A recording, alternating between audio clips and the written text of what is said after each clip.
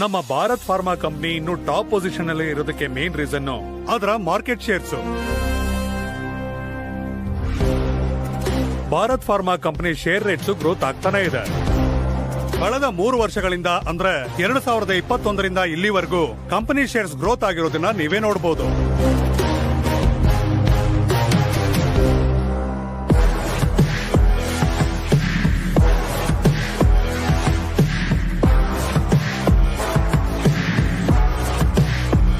This is our net profit. Facts and figures. That's all, gentlemen.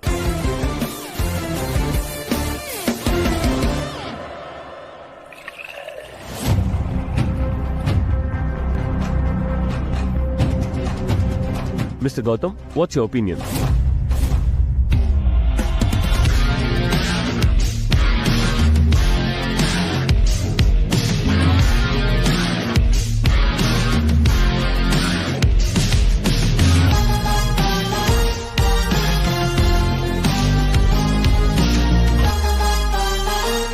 ಗೆಳೆಯ, ಏನು ಯೋಚನೆ ಮಾಡ್ತಾ ಇದೆಯಾ? ಬೇಗ ಪೇಪರ್ಸ್ಗೆ ಸೈನ್ ಹಾಕು. ಮುಹೂರ್ತ ಶುರು ಆಗಕ್ಕೆ ಮುಂಚೆ ನಾವು ಮನೇಲಿರ್ಬೇಕು. Okay. I'm not going to sign this deal.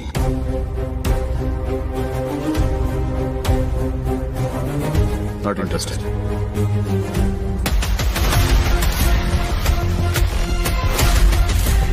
Gautam, 1 minute. ನಮ್ಮ ಕಂಪ್ನಿ ಟೇಕ್ ಓವರ್ ಮಾಡೋದಕ್ಕೆ ದಿವಾನ್ ಗ್ರೂಪ್ಗೆ ಇಂಟ್ರೆಸ್ಟ್ ಇದೆ ಅಂತ ನಿಮ್ಮ ಟೀಮ್ನವರ ಹೇಳಿದ್ರು. ಆದ್ರೆ ಈಗ ಡೀಲ್ ಯಾಕೆ ರಿಜೆಕ್ಟ್ ಮಾಡ್ತಾ ಇದ್ದೀರಾ? Gautam, if you have any doubts ask openly.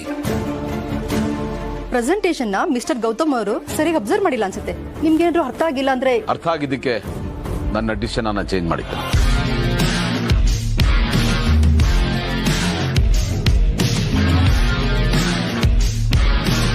You are right.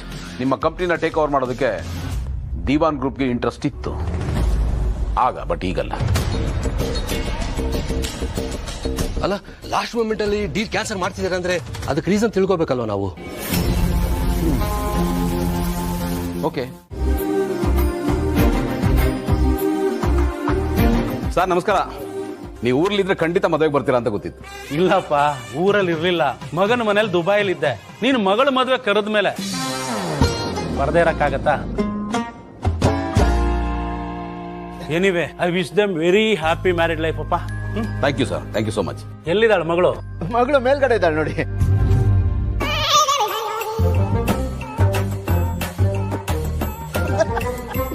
ಅಲ್ಲ ಗೆಳೆಯ, ಅವ್ರ ಮಗಳು ಅಂದಾಗ ನೀನ್ ಯಾಕೆ ಕರೆಕ್ಟ್ ಮಾಡ್ಲಿಲ್ಲ ಅವ್ರನ್ನ?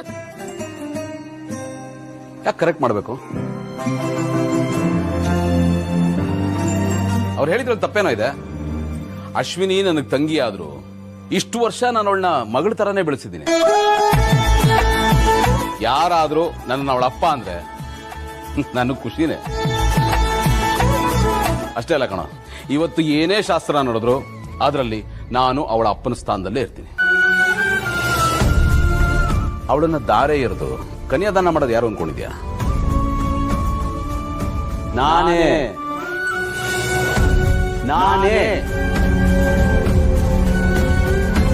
ಕನ್ಯಾದಾನ ಶಾಸ್ತ್ರ ಮಾಡೋದು ನಾನೇ. ಒಬ್ಬ ದೊಡ್ಡ ಅಣ್ಣನಾಗಿ ಅದನ್ನ ಜವಾಬ್ದಾರಿ. ಕನ್ಯಾದಾನ ಮಾಡುವಾಗ ನನ್ಗಾಗೋ ಸಂತೋಷ ಇದೆಯಲ್ಲ, ಅದು ಬರೀ ಅಣ್ಣನ್ಗಾಗೋ ಸಂತೋಷ ಅಲ್ಲ ಕಣೋ, ಒಬ್ಬ ಅಪ್ಪನ್ಗಾಗೋ ಸಂತೋಷ.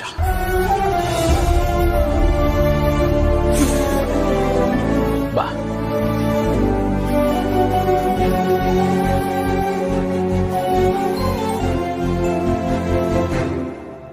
ಮುಹೂರ್ತಕ್ಕೆ ಟೈಮ್ ಆಯ್ತು. ನಿಮ್ಮ ಅಣ್ಣ ಎಲ್ಲಿ? ಅಲ್ಲೇ ಎಲ್ಲೋ ಕೆಳಗೆ ಗೆಸ್ಟ್ ಹತ್ರ ಮಾತಾಡ್ತಿರ್ಬೇಕು. ಮುಹೂರ್ತಕ್ಕೆ ನೀನ್ ಕೈ ಹಿಡಿದು ದಾರೆ ಎರಿಬೇಕಾದವನು ಗೆಸ್ಟ್ ಜೊತೆ ಏನ್ ಮಾಡ್ತಿದ್ದಾನೆ?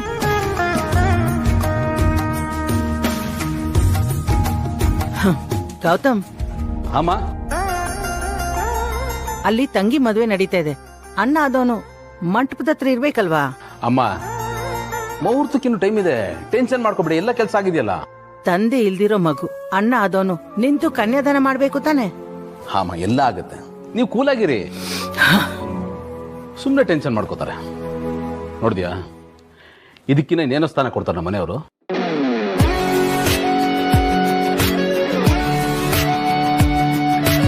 ನೋಡು ಬಂದ. Mom, I am ready. ನೋಡು ಜೈ, ದಾರ ಎಲ್ಲ ಮುಗಿಯೋ ತನಕ ಮಂಟಪ ಬಿಟ್ಟು ನೀನ್ ಎಲ್ಲೂ ಹೋಗ್ಬಾರ್ದು. ಮಾಮ್, ನೀನ್ ಹೇಳ್ತಾ ಇರೋದು ನೋಡಿದ್ರೆ ನಾನೆಲ್ಲೋ ತಾಳಿ ಕಟ್ಟಾದ್ಮೇಲೆ ಬರ್ತಿದ್ದೀನಿ ಅನ್ನೋ ಆಗಿದೆ. ಕರೆಕ್ಟ್ ಟೈಮ್ಗೆ ಬಂದಿದ್ದೀನಿ ತಾನೆ. What big brother? ಹಾ, ಕರೆಕ್ಟ್. ಚೆನ್ನಾಗಿ ಕಾಣ್ತಿದ್ಲು ಗೊತ್ತಾ? ಇಲ್ಲಿ ನೋಡ್ರಿ, ಸೂಪರ್ ಆಗಿ ಕಾಣ್ತಿದ್ದಾಳೆ. ಜಡ್ಜಸ್ ಕೇಳಿದ ಕ್ವಶನ್ಗೆ ಎಷ್ಟು ಇಂಟೆಲಿಜೆಂಟ್ ಆಗಿ ಆನ್ಸರ್ ಕೊಟ್ಲು ಗೊತ್ತಾ? ಅವಳು ಏನ್ ಹೇಳಿದ್ಲು ಅಂತ ಹೇಳ? ಬೇಡ, ಹೇಳ್ಬೇಡ.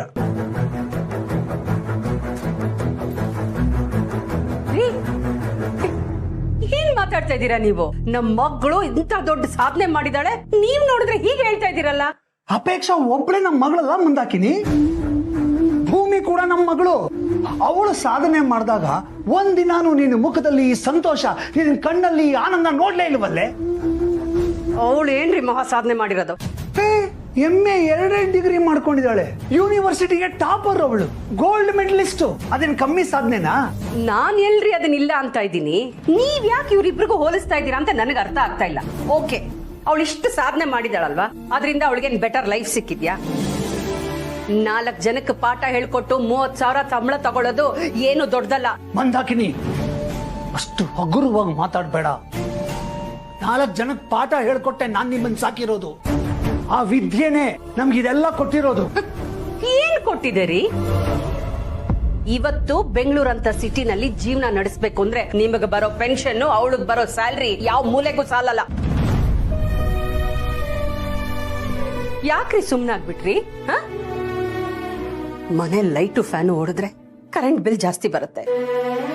ಮನೆಗೆ ದಿನಸಿ ತಗೊಂಡ್ಬರೋಣ ಅಂದ್ರೆ ಅದಕ್ಕೂ ಆಫರ್ಸ್ಗೋಸ್ಕರ ವೇಟ್ ಮಾಡ್ಬೇಕು. ಎಲ್ಲಾದ್ರೂ ಒಂದ್ ಕಡೆ ಸುತ್ಕೊಂಡ್ ಬರೋಣ ಅಂದ್ರೆ ಎಲ್ಲಿ ಹೋಗ್ತೀವಿ, ಎಷ್ಟು ದೂರ ಹೋಗ್ತೀವಿ, ಪೆಟ್ರೋಲ್ ಎಷ್ಟಾಗತ್ತೆ, ಅದಕ್ಕೂ ಯೋಚನೆ ಮಾಡ್ಬೇಕು. ಇದು ಒಂದ್ ಜೀವನನೇನ್ರಿ?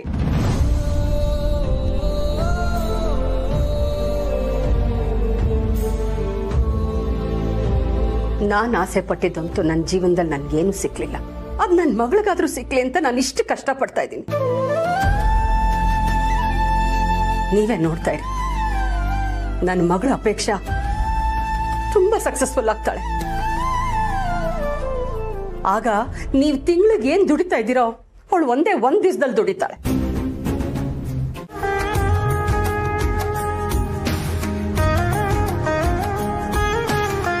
Hi big brother. Hi Jayadev. Hi ಅಮ್ಮ. ಹಾಯ್. ಹಾಯ್ ಅಶ್ವಿನಿ.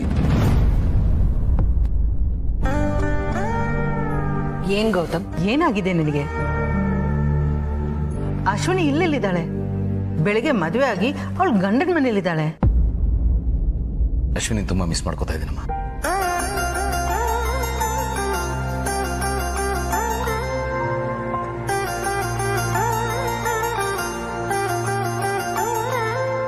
ಗೌತಮ್, ಮದ್ವೆಗೆ ಬಂದವರೆಲ್ಲ ನಿನ್ ಮದ್ವೆ ಯಾವಾಗ ಅಂತ ಕೇಳ್ತಾ ಇದ್ರು. ನನಗಂತೂ ಹೇಳಿ ಹೇಳಿ ಸಾಕಾಗೋಯ್ತು. What have you decided?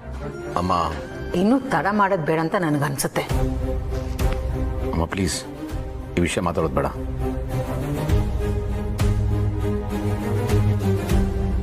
ಸಾರಿ.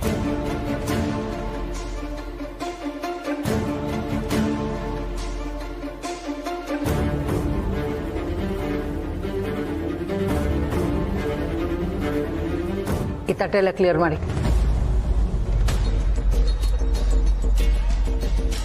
ನವೀನ್, ನೀವೆಲ್ಲರೂ ಹೊರಡಿ.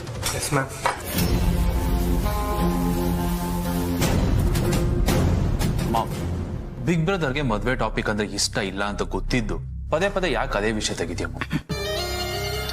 ಜಯ್, ಮದುವೆ ಅನ್ನೋ ಪದ ಅವನಿಗೆ ಹಿಂಸೆ ಆಗ್ಬೇಕು. ಸಾಯ ತನಕ ಮದುವೆ ಬಗ್ಗೆ ಯೋಚನೆ ಮಾಡಬಾರ್ದು. ಚಾನ್ಸೇ ಇಲ್ಲ ಮಾಮ್. ಮಾಮ್, ಬಿಗ್ ಬ್ರದರ್ಗೆ ಆಲ್ರೆಡಿ ಮದುವೆ ಏಜು ಮೀರೋಗಿದೆ. ಈಗ ಅವನ ಮದುವೆ ಬಗ್ಗೆ ಯೋಚನೆ ಮಾಡ. ಏಜ್ ಮದುವೆಗೆ ಕ್ವಾಲಿಫಿಕೇಶನ್ ಅಲ್ಲ. ಯಾರು ಬೇಕಾದರೂ ಯಾವಾಗ ಬೇಕಾದರೂ ಮದುವೆ ಯೋಚನೆಯಲ್ಲಿ ಜಾರ್ಬೋದು. ನಮ್ಮ ಗೌತಮ್ ಅದಕ್ಕೇನು ಹೊರತಲ್ಲ. ಮಾಮ್, ಅವ್ನ ಮದುವೆ ತಡೆಯೋದ್ರಲ್ಲಿ ಇಷ್ಟು ವರ್ಷ ಸಕ್ಸಸ್ಫುಲ್ ಆಗಿದ್ದೀರಲ್ಲ, ಇವಾಗ ಯಾಕೆ ಮಾಮ್? ಜೈ, ಪ್ರಪಂಚದಲ್ಲಿ ನಮ್ಮ ಹತ್ರ ಏನಿಲ್ಲ ಹೇಳು? ಎಲ್ಲ ಇದೆ. ದಿವಾನ್ ಫ್ಯಾಮಿಲಿ ಅನ್ನೋ ದೊಡ್ಡ ಸ್ಟೇಟಸ್ ಇದೆ, ಕಾರ್ ಇದೆ, ಬಂಗ್ಲಾ ಇದೆ, ಫಾರ್ಮ್ ಹೌಸ್ ಇದೆ, ಗೋಲ್ಡ್, ಡೈಮಂಡ್ಸ್, ಎವ್ರಿಥಿಂಗ್. ಇದೆಲ್ಲ ಅನುಭವಿಸ್ತಾ ಇದ್ದೀವಿ. ಆದರೆ ಇದು ಯಾವುದು ನಮ್ಮದು ಸ್ವಂತ ಅಲ್ಲ. ನಾವು ಏನೇ ಮಾಡಿದ್ರು ಗೌತಮ್ಗೆ ಲೆಕ್ಕ ಕೊಡಬೇಕಾಗತ್ತೆ. ಇದಕ್ಕೆಲ್ಲ ಕಾರಣ ನಿಮ್ಮಪ್ಪ. ನಾನು 2ನೇ ಹೆಂಡತಿಯಾಗಿ ಬಂದೆ. ಇಲ್ದಿದ್ರೆ ಅವ್ರ ಮೊದಲನೇ ಹೆಂಡತಿ ಮಗ ಈ ಗೌತಮ್ ಹೆಸರಿಗೆ ಎಲ್ಲ ಆಸ್ತಿ ಬರೀತಾ ಇರಲಿಲ್ಲ.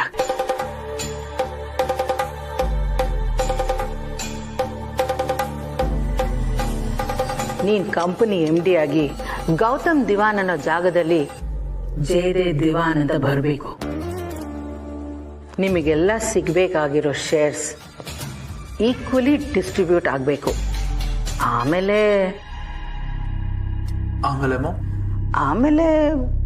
ಗೌತಮ್ ಮದುವೆ ಬಗ್ಗೆ ಯೋಚನೆ ಮಾಡೋಣ. ಯು ಮೀನ್ ಟು ಸೇ ಅಲ್ಲಿವರೆಗೂ ಈ ನಮ್ಮ big brother full time bachelor, right ma'am?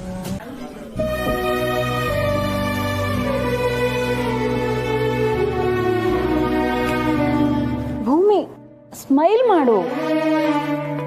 ಈಗ್ಲೇ ಹುಡ್ಗ ಹೇಗಿರ್ತಾನೋ ಏನೋ ಅಂತ ಇಮ್ಯಾಜಿನೇಷನ್ ಮಾಡ್ಕೊಂಡು ಈ ತರ ಹೆದರ್ಕೊಂಡು ಕೂತ್ಕೊಂಡ್ರೆ ಹೇಗೆ?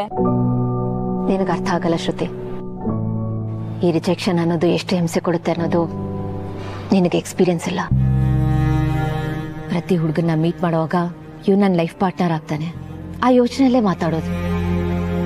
ಆಮೇಲೆ ಅವನಿಗೆ ನಾನು ಬೇಡ ಅನ್ಸೋದು, ರಿಜೆಕ್ಟ್ ಮಾಡೋದು.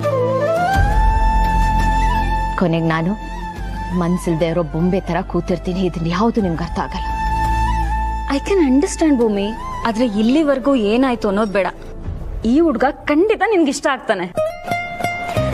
ಪ್ರತಿ ಹುಡುಗನೂ ಇದೇ ತರ ಮೀಟ್ ಮಾಡಿರೋದು. ನನಗಂತೂ ಹೋಪ್ಸ್ ಇಲ್ಲ. ಇಲ್ಲ ಭೂಮಿ, ಇವ್ ನಿಜವಾಗ್ಲೂ ಬೇರೆ ತರನೇ. ನನ್ ಫ್ರೆಂಡು, ತುಂಬಾ ಒಳ್ಳೆ ಹುಡ್ಗ.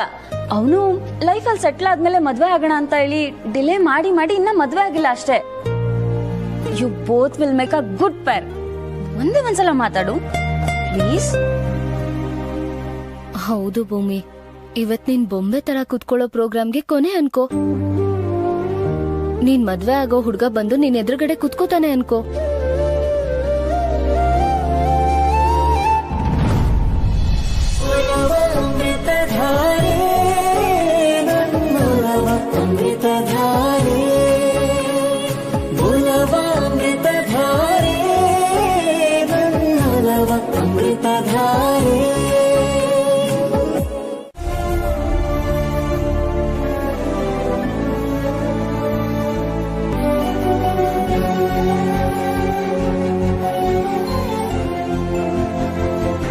ಟೇಬಲ್ ಅಲ್ಲಿ ಕೂತಿರಲ್ಲ ಹುಡುಗಿ, ಅವಳು ನೋಡಿದ್ದಾರೆ. ಇಂಥ ಹುಡುಗಿ ಲೈಫ್ ಪಾರ್ಟ್ನರ್ ಆಗಿ ಬರಬೇಕು ಅನ್ನೋದು ನನ್ನ. ನಿಮ್ಮ ಅಕ್ಕಂಗೆ ಸೂಟಕ ಹುಡುಗ ಮದುವೆ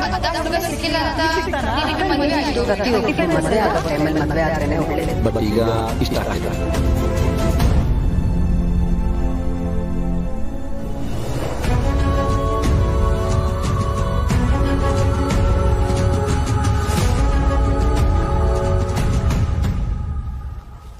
ಡಾರ್ಲಿಂಗ್,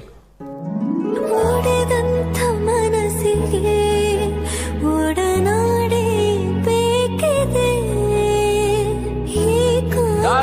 ದುಃಖಿಗೆ ಒಲವೊಂದು ಕಾದಿದೆ.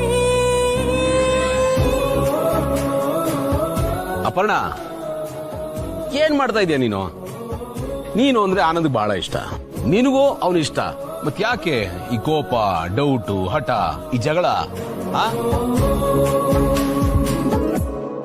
ದುಡ್ಡು ಕೊಟ್ರೆ ಏನ್ ಬೇಕಾದ್ರೂ ಕೊಂಡ್ಕೋಬಹುದು ಅಂತ ಎಲ್ರು ಅನ್ಕೋತಾರೆ ಡಾರ್ಲಿಂಗ್. ಆದ್ರೆ ಪ್ರೀತಿನ ಭಾವನೆನ ಅಲ್ಲ.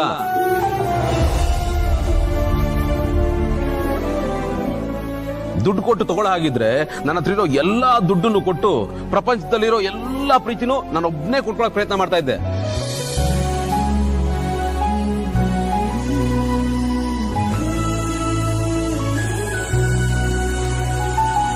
ಡಾರ್ಲಿಂಗ್, ಒಂದು ಆನೆಸ್ಟ್ ಕನ್ಫೆಷನ್. ನಿಮ್ಮಿಬ್ಬರು ನೋಡಿದಾಗ ನನ್ಗೆ ಎಷ್ಟು ಹೊಟ್ಟೆ ಕಿಚ್ಚಾಗತ್ತೆ ಗೊತ್ತಾ? ನಿಮ್ಮಿಬ್ರು ನೋಡಿದಾಗ ನಿಮ್ಮ ಪ್ರೀತಿ ನೋಡಿದಾಗ ಇಷ್ಟು ಅದ್ಭುತವಾದ ಒಂದು ಫ್ಯಾಮಿಲಿ ಲೈಫ್ ಸಿಕ್ಕಿದೆ, ಇಬ್ರು ಮುದ್ದಾದ ಮಕ್ಕಳಿದ್ದಾರೆ, ಇದನ್ನ ಯಾಕೆ ಅನುಭವಿಸ್ತಾ ಇಲ್ಲ ನೀವು?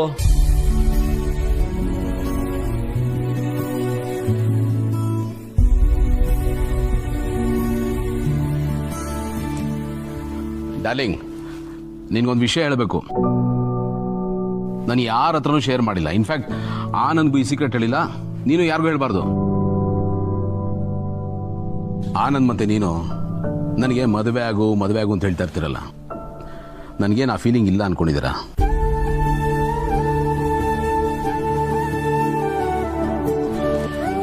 ನಾನು ಮನೆಗೆ ಹೋದಾಗ ನನಗೋಸ್ಕರ ಕಾದಿರೋ ಒಂದು ಜೀವ ಇರಬೇಕು ಅನ್ಸುತ್ತೆ. ಪ್ರೀತಿಸೋ ಹೃದಯ ಇರಬೇಕು, ಪ್ರೀತಿಯಿಂದ ಮಾತಾಡಿಸೋ ಸಂಗಾತಿ ಇರಬೇಕು ಅಂತ ಅನ್ಸುತ್ತೆ.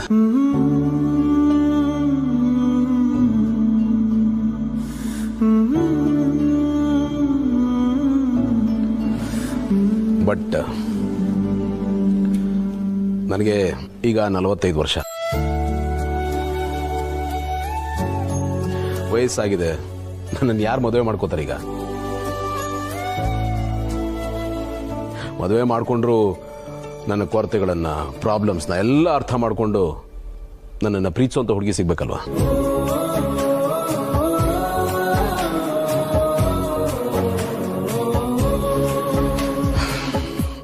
ಅದಕ್ಕೆ ಆನಂದ್ ಮದುವೆ ಆಗುವಂದಾಗಲೆಲ್ಲ ನಾನೆಲ್ಲದ್ರ ಬಗ್ಗೆ ತುಂಬ ಎಕ್ಸ್ಪೆಕ್ಟೇಷನ್ ಇಟ್ಕೊಂಡ್ಬಿಡ್ತೀನೋ, ಮದುವೆ ಬಗ್ಗೆ ತುಂಬ ದೊಡ್ಡ ಕನಸುಗಳನ್ನ ಕಟ್ಕೊಂಡು ಸೋತೋಗ್ಬಿಡ್ತೀನೋ ಅನ್ನೋ. ಅದನ್ನ ಮಿಸ್ ಮಾಡ್ಕೋತೀನಾ? ಖಂಡಿತವಾಗ್ಲೂ ಬರ್ತೀನಿ. ಬೆಳಗ್ಗೆ 10 ಗಂಟೆಗೆ ಅಲ್ಲಿರ್ತೀನಿ.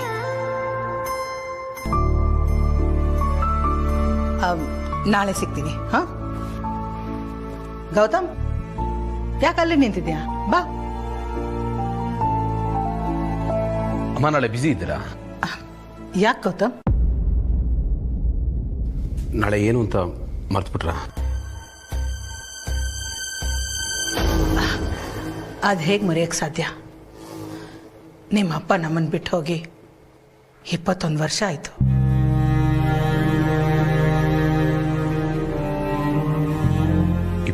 ವರ್ಷ ಆಯ್ತಮ್ಮ. ಹೌದಾ? ಬೆಳಗ್ಗೆ 10 ಗಂಟೆಗೆ ಯಾರನ್ನ ಮೀಟ್ ಮಾಡಬೇಕು ಅಂತ ಫೋನಲ್ಲಿ ಮಾತಾಡ್ತಾ ಇದ್ರಿ. ಅದೇನು ಇಂಪಾರ್ಟೆಂಟ್ ಅಲ್ಲ.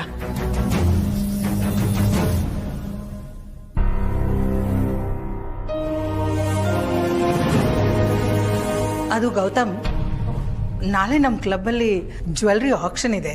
ನನ್ನನ್ನು ಇನ್ವೈಟ್ ಮಾಡಿದ್ರು, ಬರೋಕ್ಕಾಗಲ್ಲ ಅಂತ ಹೇಳೋಕ್ಕಾಗತ್ತಾ? ಅದಕ್ಕೆ ಹಾಗೆ ಹೇಳಿದೆ.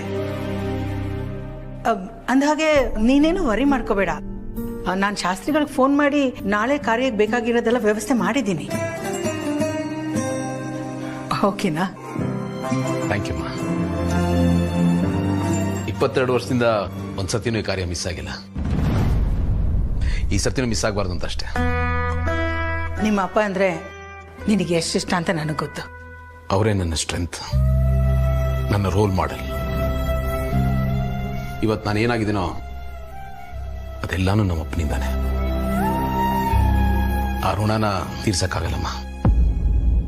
ನಾಳೆ ದಿನ ನಾ ಮರೀದೇ ಇರೋದಕ್ಕೆ ಇನ್ನೊಂದು ಸ್ಪೆಷಲ್ ರೀಸನ್ ಇದೆ. ನೀವೆಲ್ಲ ಈ ಮನೆಗೆ ಬಂದು 22 ವರ್ಷ ಆಯ್ತು. ಇವು ಆಸೆ ಆಕಾಂಕ್ಷೆಗಳೆಲ್ಲ ಈಡೇರಿಸ್ತೀಯಪ್ಪ? ಖಂಡಿತ ಪೂರೈಸ್ತದಪ್ಪ. ಅವತ್ತಪ್ಪ ಹೇಳಿದಾಗೆ ಅವ್ರು ತೀರೋ ದಿನಾನೇ ನಿಮ್ಮನ್ನೆಲ್ಲ ಈ ಮನೆ ಕರ್ಕೊಂಬಂದೆ. ಇದೆಲ್ಲ ನಿನ್ನೆ ಮೊನ್ನೆ ನಡೆದಿದ್ದೇನೋ ಅನಿಸ್ತಾ ಇದೆ. ಅಪ್ಪ ಬಿಟ್ರೆ ನನಗೆ ಬೇರೆ ಯಾರೂ ಇಲ್ಲ ಅನ್ಕೋತಾ ಇದ್ದೆ. ಆದ್ರೆ ನೀವು ಬಂದು ಅಮ್ಮ, ತಮ್ಮ, ತಂಗಿ ಅಂತ ಹೊಸ ಫ್ಯಾಮಿಲಿನೇ ತಂದ್ಕೊಟ್ಬಿಟ್ರಿ. ಸರಿ, ನಾನು ಮತ್ತೆ ಶಾಸ್ತ್ರಗಳಿಗೆ ಫೋನ್ ಮಾಡಿ ಜ್ಞಾಪಿಸ್ಬೇಕಾ? ಬೇಡ ಬೇಡ, ಎಲ್ಲ ರೆಡಿ ಇದೆ. ಹಾಗಿದ್ರೆ ನೀವು ನಾಳೆ ಬೆಳಗ್ಗೆ ಜೈ ಮತ್ತೆ ಅಶ್ವಿನ್ ಕರ್ಕೊಂಡು ನೇರವಾಗಿ ಅಲ್ಲಿಗೆ ಹೋಗ್ಬಿಡಿ. ನನಗೆ ಆಫೀಸಲ್ಲಿ ಒಂದು ಸಣ್ಣ ಮೀಟಿಂಗ್ ಇದೆ, ಮುಗಿಸ್ಕೊಂಡು ಡೈರೆಕ್ಟಾಗಿ ಅಲ್ಲಿಗೆ ಬರ್ತೀನಿ. ಆಯ್ತಪ್ಪ.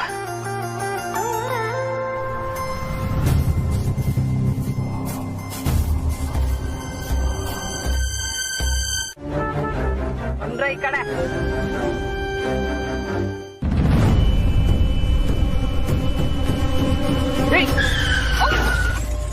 ಅಮ್ಮ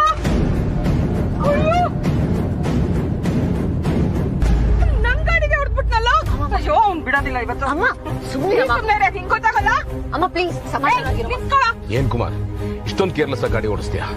ಸಾರಿ ಸರ್, ಗಾಡಿ ಪಾಸ್ ಆಗುತ್ತೆ ಅನ್ಕೊಂಡೆ, ಟಚ್ ಆಗೋಯ್ತು. ಅಯ್ಯೋ ಇದು ಇವಾಗಲೇ ಸ್ಟಕ್ ಆಗ್ಬೇಕಿತ್ತ ಅಮ್ಮ. ನೋಡ್ಕೊಂಡು ಓಡ್ಸಕ್ಕಾಗಲ್ವಾ ನಿನ್ಗೆ? ಏನ್ ಕಣ್ಣನ್ ಮನೇಲಿ ಇಟ್ಟು ಬಂದಿದ್ಯಾ? ಇಲ್ಲಿ ನೋಡೆ. ಅಯ್ಯೋ ನನ್ ಗಾಡಿ ಡೆಂಟ್ ಆಗೋಯ್ತು. ಏಯ್ ನಿನ್ಗೇನ್ ಅರ್ಶಿನ ಕುಂಕುಮ ಕೊಟ್ಟು ಕರಿಬೇಕೇನೋ? ಬಾರ ಇಲ್ಲಿ. ಕುಮಾರ್ ಅದೇನಾಗಿದೆ ಅಂತ ಹೋಗಿ ನೋಡು. ಬಾಪ್ಪ ಬಾ ಬಾ ಬಾ ನೋಡು ಎಂತ ಅನಾಹುತ ಮಾಡಿದ್ಯಾ ನೋಡು. ಇಲ್ಲಿ ಎಷ್ಟು ದೊಡ್ಡ ಡೆಂಟ್ ಆಗಿದೆ ನೋಡಿದ್ಯಾ? ಎಲ್ಲಾದ್ರೂ ಅರ್ಜೆಂಟ್ ಆಗಿ ಹೋಗ್ಬೇಕು ಅಂದಾಗ್ಲೇ ಇದ್ರದ್ದು ಏನಾದ್ರೂ ಒಂದಾಗೋದು. ಅಪ್ಪ ನೀನ್ ಸ್ವಲ್ಪ ತಾಳ್ಮೆಯಿಂದ ಇರು. ಹೋಗಿದಂತಾನೆ ನೋಡ್ತಾನಿರು. ಏಯ್ ನಿನಗೆ ಯಾರೋ ಲೈಸೆನ್ಸ್ ಕೊಟ್ಟಿದ್ದು? ಮೇಡಮ್ ಅದು ಕ್ರಾಸ್ ರೋಡ್ ಅಲ್ಲಿ ಬರ್ಬೇಕಾದ್ರೆ. ಕ್ರಾಸ್ ರೋಡ್ ಅಲ್ಲಿ ಬರುವಾಗ ಓಹೋ ನೀನ್ ದೊಡ್ಡ ಮನುಷ್ಯ ದೊಡ್ಡ ಗಾಡಿ ತಗೊಂಡ್ ರೋಡ್ ಅಲ್ಲಿ ಬರ್ತಾ ಇದ್ಯಾ ಅಂತ ನಾನ್ ಸೈಡ್ ಅಲ್ಲಿ ನಿಲ್ಸ್ಬಿಡ್ಬೇಕಾ? ಹೇಳಪ್ಪ ಹೇಳು. ಅಮ್ಮ ಹೋಗ್ಲಿ ಬಿಡುಮ್ಮ ಪಾಪ. ನೋಡು ನಮ್ ಕಾರಿಗೆ ಏನೂ ಆಗಿಲ್ಲ. ಅಯ್ಯೋ ಎಷ್ಟು ದೊಡ್ಡ ಡೆಂಟ್ ಆಗಿದೆ. ನಿನಗೇನ್ ಗೊತ್ತಾಗುತ್ತೆ? ಸುಮ್ನೆ ಇರು. ಅವನು ಬುದ್ಧಿ ಕಲ್ಸೆ ನಾನು ಇವತ್ತು ಬಿಡೋದಿಲ್ಲ. ಏಯ್ ಇನ್ನೊಂದ್ಸಲಿ ನೀನ್ ಯಾರಿಗೂ ಈ ತರ ಮಾಡ್ಬಾರ್ದು. ನೀನ್ ಸಾರಿ ಹೇಳಿದ್ರೆ ನನ್ ಗಾಡಿ ಸರಿ ಹೋಗ್ಬಿಡತ್ತಾ? ಹೇಳಿಮ್ಮ. ನೀನ್ ಇನ್ನೂ ಎಲ್ಲಿದ್ಯಾ? ಪೂಜೆಗೆ ಲೇಟ್ ಆಗ್ತಾ ಇದೆ. ಗೊತ್ತಿದೆ ಅಮ್ಮ, ಅದು ದಾರಿಲಿ ಬರುವಾಗ ಒಂದು ಇಶ್ಯೂ ಆಗೋಯ್ತು. ಸಾಲ್ವ್ ಮಾಡ್ಕೊಂಡು ಬೇಗ ಬಂದ್ಬಿಡ್ತೀನಿ. ಚಿಕ್ಕ ಡೆಂಟ್ ಆಗಿದೆ, ಬಿಟ್ಬಿಡಿ ಮೇಡಮ್. ಮಣ್ಣು ಇಷ್ಟು ತಿಂದ್ರು ಮಣ್ಣೆ, ಇಷ್ಟು ತಿಂದ್ರು ಮಣ್ಣೆ. ಡೆಂಟು ಚಿಕ್ಕದಾದ್ರೂ ಅಷ್ಟೇ ದೊಡ್ಡದಾದ್ರೂ ಅಷ್ಟೇ. ಅದೇನು ಅಂತ ನಾನ್ ಡಿಸೈಡ್ ಮಾಡ್ತೀನಿ, ನೀನಲ್ಲ. ನಿನ್ನ ಹತ್ರ ಏನೋ ಮಾತು. ಕರಿಯೋ ನಿನ್ ಬಾಸ್ ನಿಲ್ಲಿ ಬಂದ್ ನೋಡ್ಲಿ ನೀನೇನ್ ಮಾಡಿದ್ಯಾ ಅಂತ. ಡ್ರೈವರ್ಗೆ ಮ್ಯಾನೇಜ್ ಮಾಡಕ್ ಬರ್ತಾ ಇಲ್ಲ. ಏನಾಗ್ತಾ ಇದೆ ನೋಡು, ಕಾರ್ಯಕ್ಕೆ ಲೇಟ್ ಆಗ್ತಾ ಇದೆಯೋ. SI ನಿಮಗೆ ಈಗಲೇ ನೋಡ್ಬೇಕು, ಬೇಗ ಬನ್ನಿ ಅಂತ ಕರೆಸಿ 1 ಗಂಟೆ ಆಗೋಯ್ತು. ಇನ್ನೂ SI ಬಂದಿಲ್ಲ. ಒಂದೊಂದ್ಸಲ ಹಾಗೆ ಕಣಮ್ಮ, ಕಾಯ್ಬೇಕು. ಕೆಲವು ಸಂದರ್ಭಗಳಲ್ಲಿ ನಮ್ಮನ್ನ ಕರೆಸಿದವರು ಅವರಿಷ್ಟ ಬಂದಂಗೆ ಬರ್ತಾರೆ. ಆಗಲೇ ಅವ್ರನ್ನ ಮೀಟ್ ಮಾಡಬೇಕು. ಏನು ಮಾಡೋಕ್ಕಾಗಲ್ಲ, ಕಾಯಬೇಕು.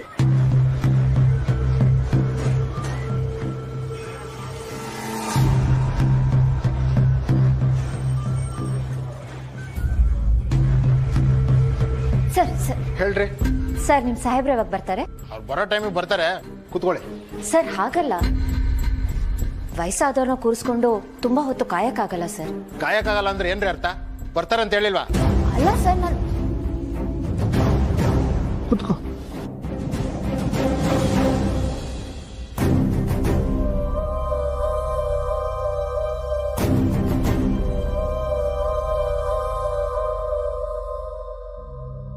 ಹೇಳ್ರಿ ಸರ್, ನಾನು ಹೇಳ್ತಿರೋ ಹೆಂಗ್ಸೆ ಮಾಡಿದ್ದು.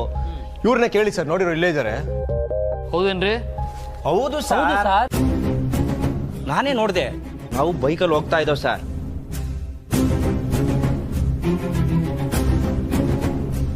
ರಾಂಗ್ ರೂಟಲ್ಲೇ ಬಂದು ಈ ಬೆಂಚ್ ಕಾರ್ಗೆ ಬಂದು ಗುದ್ಬಿಟ್ರು.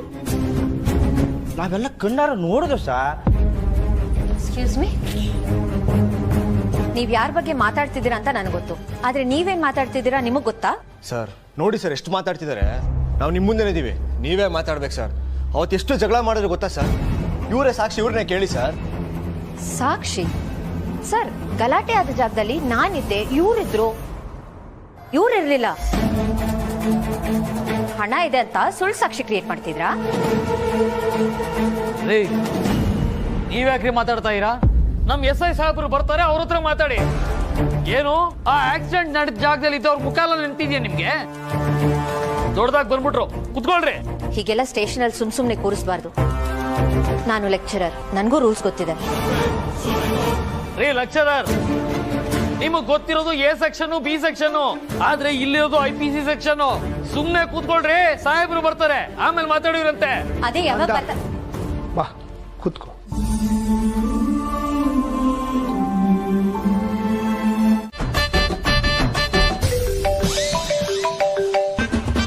ಮತ್ತೆ ಯಾರ್ದು ಕಾಲು?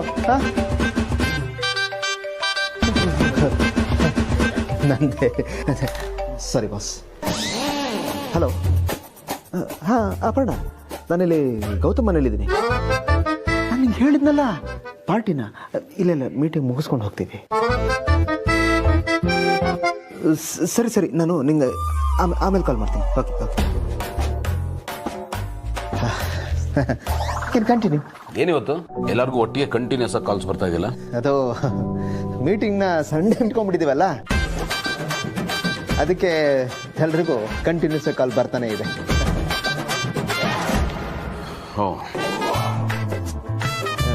ಪಾಪ ಗಂಡು ಮಕ್ಕಳು ಹೆಂಡತಿಗೆ ಮಕ್ಕಳಿಗೆ ಎಲ್ಲ ಆಸೆಗಳನ್ನು ಸಂಡೇ ಒಂದೇ ದಿನ ಪೂರೈಸ್ತೀವಿ ಅಂತ ಕಮಿಟ್ ಆಗ್ಬಿಟ್ಟಿರ್ತಾರೆ.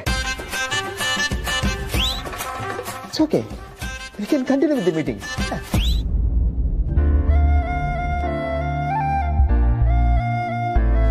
ಸಾರಿ ಗೈಸ್, ಎಂಜಾಯ್ ಹಾಲಿಡೇ. ನಾಳೆ ಕಂಟಿನ್ಯೂ ಮಾಡೋಣ.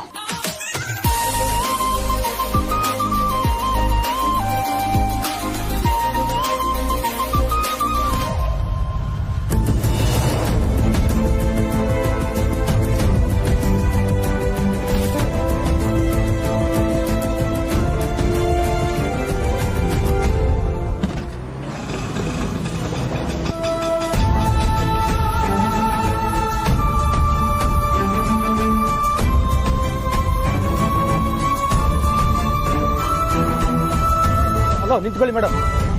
ಎಲ್ಲೋಗ್ತಾ ಇದ್ದೀರಾ? ಯಾರು ನೀವು? ನಾನು ನಿಮ್ ಸಾರ್ನ ಒಂದ್ಸಲ ಮೀಟ್ ಮಾಡ್ಬೇಕು. ಅಪಾಯಿಂಟ್ಮೆಂಟ್ ಇದೆಯಾ ಮೇಡಮ್? ಇಲ್ಲ, ಆದ್ರೆ ನಾನು ಮೀಟ್ ಮಾಡ್ಲೇಬೇಕಣ್ಣ. ಅಯ್ಯೋ, ಅಪಾಯಿಂಟ್ಮೆಂಟ್ ಇಲ್ಲದೆ ಅವ್ರು ಯಾರನ್ನು ಮೀಟ್ ಮಾಡಲ್ಲ ಮೇಡಮ್. ಅಣ್ಣ, ತುಂಬಾ ಇಂಪಾರ್ಟೆಂಟ್ ಇದೆ ಅಣ್ಣ. ಪ್ಲೀಸ್, ನಾನು ಒಂದೇ ಒಂದ್ಸಾರಿ ಅವ್ರನ್ನ ಮಾತಾಡಿಸ್ಬೇಕು. 5 ನಿಮಿಷ ಅಷ್ಟೇ ಸಾಕು. ಸರಿ, ಇಲ್ಲೇ ಇರಿ ಮೇಡಮ್, ನಾನು ಕೇಳ್ಕೊ ಬರ್ತೀನಿ. Thank you.